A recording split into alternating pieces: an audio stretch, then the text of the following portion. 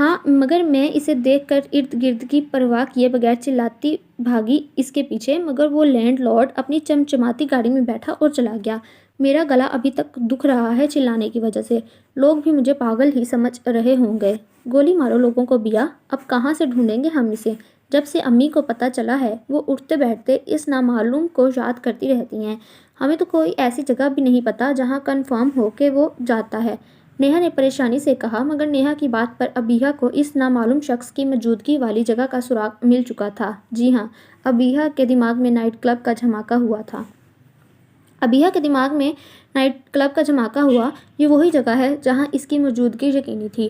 ابیہا اگلے دن شام 7 بجے گھر سے نکلی، نیہا کو کلیگ کے گھر کے جانے کا کہا۔ شازمہ سو رہی تھی اس لیے نیہا کو ہی بتا آئی اور اسی نائٹ کلب کے گیٹ پر سے چند فرلانگ پیچھے ہی رک گئی۔ اندر جا کر وہ کوئی مصیبت مول نہیں لینا چاہتی تھی۔ 7 سے 8 اور 8 سے 9 بج گئے، وہاں بہت سے لڑکے لڑکیاں آئے مگر وہ نہیں آیا جس کے لیے وہ آئی تھی۔ 9 بجے وہ مایوسی سے واپس ہو لی۔ ابیہا نے اسلام آباد کے ایک مشہور بیوٹی پارلر میں ریسیپشنسٹ کی جاب کے لیے اپلائی کیا۔ اس نے اخبار میں ایڈ دیکھا اور ٹی وی سے ٹی سی ایس کے ذریعے اپنے ڈاکومنٹس بھجوا دیے۔ ٹھیک 10 دن بعد اسے انٹرویو کی کال آئی اور آج وہ وہاں انٹرویو دینے آئی۔ ابیہا جیسے ہی پارلر میں انٹر ہوئی وہاں کی چکا چوند دیکھ کر حیران رہ گئی۔ وہ پارلر تھا یا کوئی محل؟ اتنا خوبصورت اور ویل فرنشڈ پارلر ابیہا نے آج پہلی دفعہ دیکھا تھا۔ وہ حیران سی آگے بڑھی۔ السلام علیکم، اس نے وہاں موجود لڑکی سے کہا جو ٹی شرٹ اور تنگ جینس پہنے اسے ہی دیکھ رہی تھی۔ آئی ایم ابیہا ہاشم، مجھے انٹرویو کال آئی ہے۔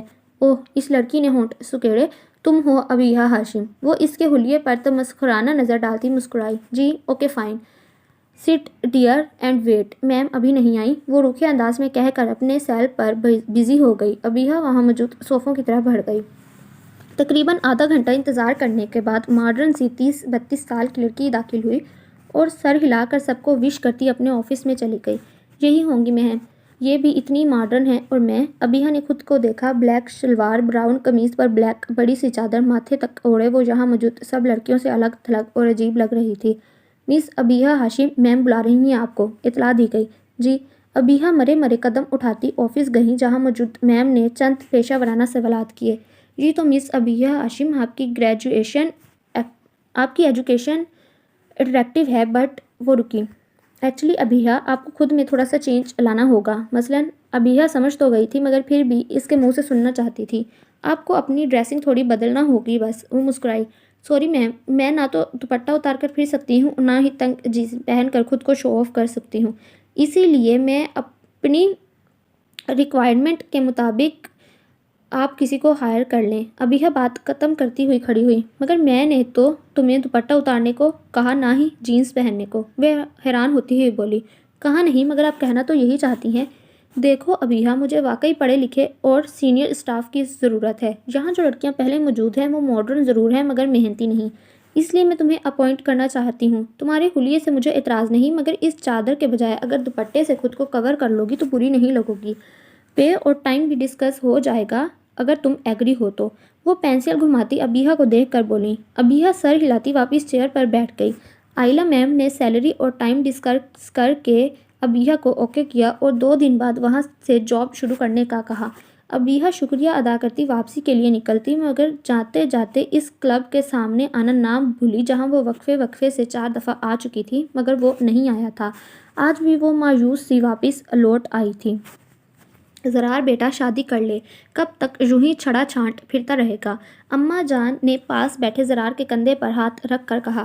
اماں جان، میں جب بھی آتا ہوں آپ شادی کی بات کرتی ہیں اس لیے یہاں کم آنے لگا ہوں اور اس کی بھی شکایت ہے آپ کو۔ وہ روٹھا سا بولا۔ میری جان سمجھ میری بات کو، مجھے شادی نہیں کرنی ہے۔ کیسے سمجھاؤں آپ کو کہ میں اپنی زندگی میں اب کسی کی ضرورت محسوس نہیں کرتا؟